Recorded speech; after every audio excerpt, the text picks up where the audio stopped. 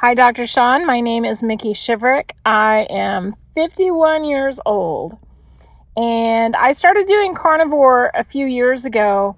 I was actually a RN BSN.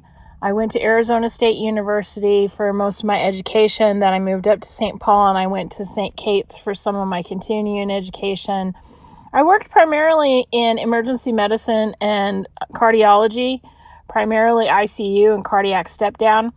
And being a nurse educator with cardiac patients, I spent many years doing the American Heart Association diet, with one exception, and that's that I grew up on a dairy farm. I grew up with two uncles that did beef, and grew up on a huge amount of land up in Idaho. And so I never bought into the idea that you could replace animal fats with vegetable oils and be fine. And in fact, when I was 11, my grandmother taught me how to make soap. And when I went away to college, soap was actually the one thing that I could do that none of my friends could do. And it paid my way through most of my education. The thing of it was that I had to learn how to make vegetable oil soaps when I was in college, because a lot of the people I was going to school with were all from California and Arizona, and they didn't want any animal products in their stuff. A lot of them were already doing the vegetarian hippie, like crunchy granola thing, and so I had to learn how to convert all of my grandmother's recipes to vegetable oil. And so that's what I used vegetable oil for primarily. And I got written up a lot when I was working on the floor for telling patients that they should not be using vegetable oils and that it was okay to use butter and not margarine. And doctors regularly yelled at me for doing that. And several of them were actually friends of mine, and I loved the study that came out probably about a decade or so ago from Brown University that said that butter was actually healthier than margarine. And they ended up getting that study because I sent it to everybody. But I'm a dairy girl from birth onwards, and even though I was on a primarily plant-based diet and I had a little bit of chicken in there, sometimes a little bit of pork, almost everything that I ate was plant-based. And I always had a garden. I grow organically, and I grew all of my own stuff. Hang on. Sorry about that. So anyway, I was always growing organic, and for about 12 years, I actually had people who would come and stay in my house. Most of them were women fleeing abusive relationships or teenagers who had been kicked out by their parents. And the entire time we were doing this, my best friend and I actually owned the house, and we were still like raising goats and chickens and stuff, and we were buying all of our milk from a local Amish dairy up in near about 20 minutes outside the Twin Cities. And I worked at United Hospital in St. Paul, and I was actually taking somebody to a medical appointment, and we were hit head on by a drunk driver. And by this point, I had already been having trouble with angioedema and anaphylaxis for about 7 years, and was taking copious quantities of prednisone. And when we were hit by the drunk driver, I ended up breaking my back, dislocating my hip. It took a year of physical therapy, 3 days a week, and swimming every single day for a year for my physical therapist to actually do traction and pop my hip back into place. I wanted to avoid surgery at all costs. And it was the most painful year of my life because in breaking my back, I actually found myself in a position where I could barely breathe. And so basically, except for physical therapy, I sat still for the entire year. and I got up to 418 pounds.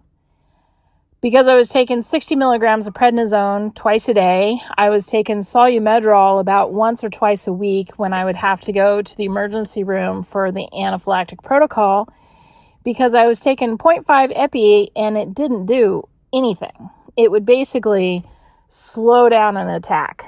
And so during that year to 2 years, I was in and out of the hospital over 100 times. Just for the anaphylactic protocol.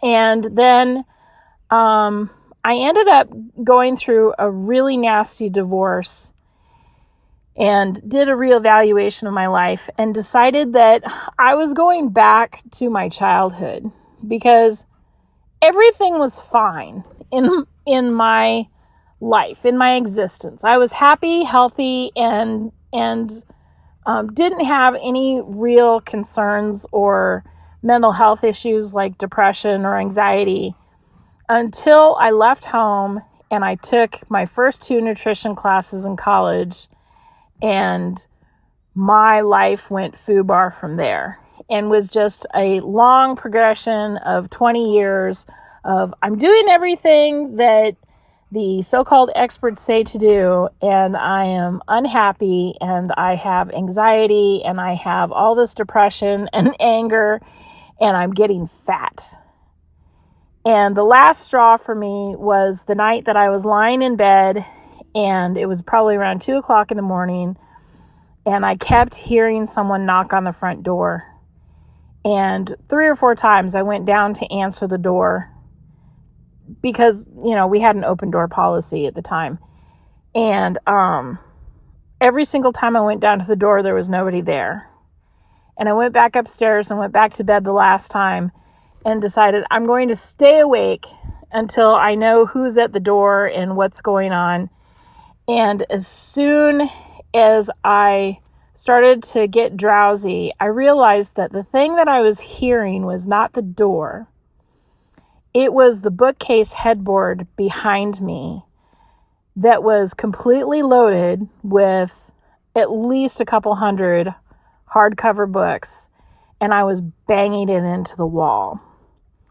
And I went to my PCP, who was a Mayo doctor, and I told him that I was taking myself off the prednisone, and he said, "You can't get off of it. You've been on it too long. You're a lifer." And I told him, "Watch me." And I made a plan for myself to titrate myself off the prednisone within 3 months. And I asked him for enough to get through it. And I said, after this, I'm not taking any more. And I used to carry around a 10 mil vial of epinephrine with me from a regular crash cart vial. And I wanted to wean myself off of that too. And that was actually the beginning of my carnivore leanings, because I decided that I wasn't eating any grains anymore. I had a sneaking suspicion that oxalate and lectins were part of the problem. And so basically, if it didn't come out of my garden and it didn't come out of the pasture, I wasn't eating it. And over time, I got to the point where I was eating less and less greens just because they were too much work. It was easier just to go to the meat locker, which was a block and a half from my house, and pick up some steak or something and bring it home and just have steak all the time. So after my divorce, my sister died back in 2017. I decided that I was moving again to a place where I had really good support system. So I came to Northeastern Ohio, brought all my animals with me, and ended up on 20 acres. And for the last 2 years, I would say, I have eaten very little besides eggs, milk products made in my own house, both goat and bovine, and meat. And that's it. And every once in a blue moon, my cousin sends me halibut from Alaska, and he sends me meat every fall when he goes hunting. And other than that, I don't eat anything that isn't actually grown on my own property. And every once in a while, I'll have a salad. The only time I find myself eating anything that's processed is when I'm invited out for supper with somebody, and that's maybe once or twice a month, and then I'm eating garbage. But I took myself down from 418 pounds down to 216 pounds. So I lost half my body weight in a period of like 7 years, I think. And I am still heavy, partly because I'm perimenopausal and I have some hormonal issues still to iron out. That and the fact that I eat too often. And I probably eat twice a day when I should be eating maybe once a day. I used to do OMAD, but the energy that I've actually been expending during the last couple of years, I've felt like I can eat more, and it hasn't done me any favors. So, yeah, I'm still not where I want to be. I want to be down around 170. I'm 5'10". And as I said, I'm 51 years old, born in April of 1968. I have a healthcare background, and I gotta say, I never thought that going back to a traditional agrarian diet, which is basically, if it's not in my grandmother's recipe box, then I don't need it. And when I say my grandmother, I mean my grandmother, Bessie Olive, who was a rancher's wife and the daughter of cattle ranchers from Fort Boise. And that woman could make the best mustard tongue on the face of the planet. Stuffed heart is still to this day one of my favorite recipes. And I just don't have any room for anything else in my life. And I have not actually been to the emergency room for an anaphylactic attack in a year and a half. Oh, and that's the other thing I wanted to tell you. So the last time I actually had problems with angioedema and anaphylaxis, I was out in California visiting some friends of mine during my divorce. And that was in the summer of 2017. And they actually have a vegetarian farm. And almost everybody on the farm either eats vegetarian or vegan. All the meals are made vegan to accommodate the people who don't eat lacto-ovo. And that summer, while I was at Earth Abide's farm, I actually had to go to the emergency room 6 different times.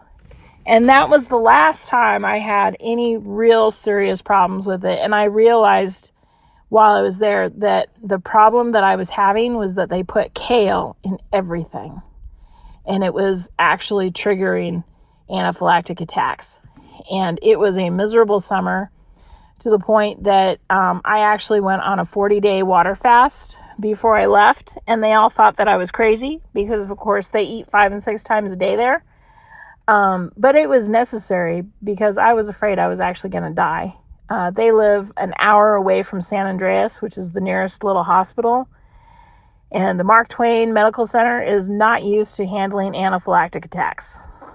So, but anyway, that's my story. I'm sticking to it.